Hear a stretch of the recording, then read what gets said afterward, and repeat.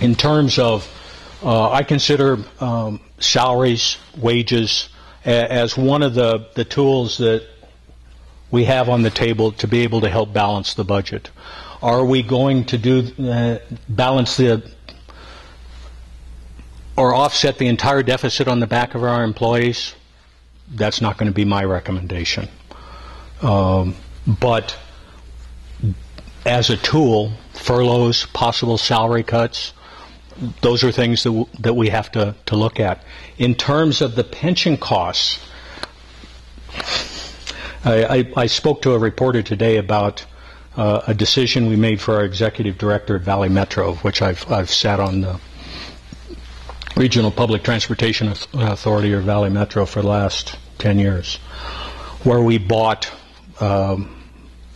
years of pension for him as part of his employment package.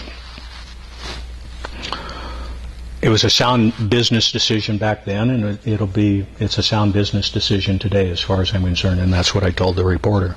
But what I also told the reporter was that until the legislature changes the underlying assumptions in the pension plan, whether it's ASRS or the pension plan that I'm a part of as an elected official, we can't change it. Okay? Our employees are enrolled in the Arizona State Retirement System.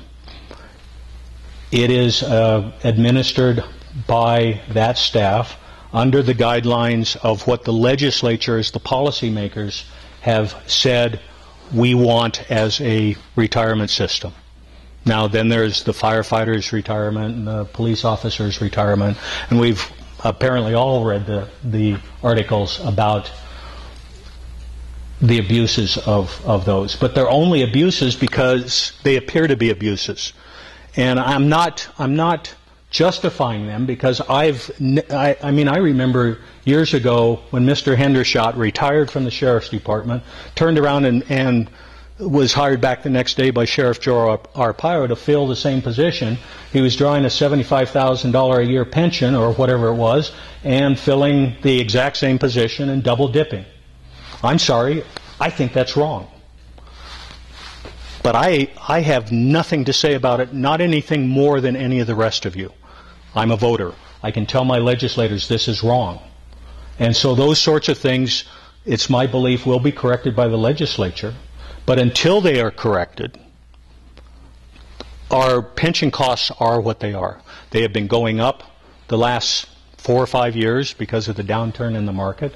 So it's costing our employees more of their paycheck every 2 weeks, as it is the town, you know, to your question about the HR costs, the overhead costs for our employees. But it is what it is. It would be like me saying, well, at SRP, for example, we want to cut down our Social Security costs. So we're going to cut back and only send 5% of our employee salaries, and we're going to match it. I don't think the federal government would be very happy for very long if we did that.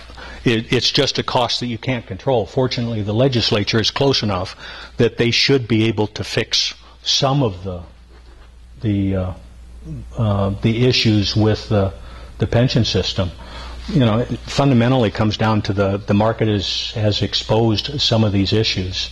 And the reporter, I think, has done a fine job of really spending a lot of time digging and researching, even though it makes some people uncomfortable.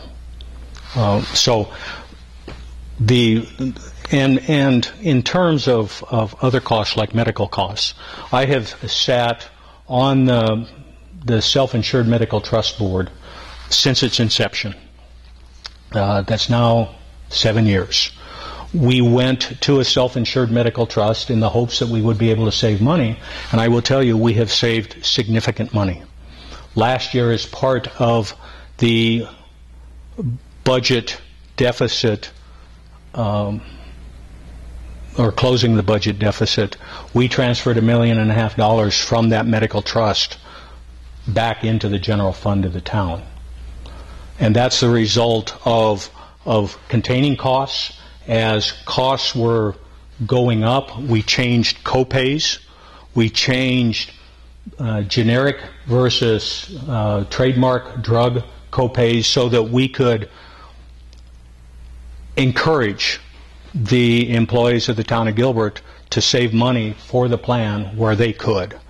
And to their credit, they have been engaged in that process, and they have instead of saying, I want the drug that I just saw on TV with the two people laying in the bathtub, I'll take the generic form of that.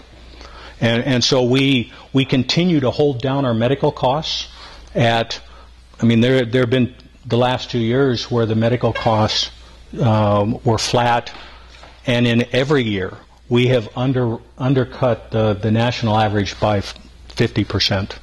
If the national average was 15%, we were under 10, and that's been pretty consistent. And so I'm proud to say I've been part of that process. So we have done a good job, I believe, of trying to keep those sorts of costs down just as much as we can.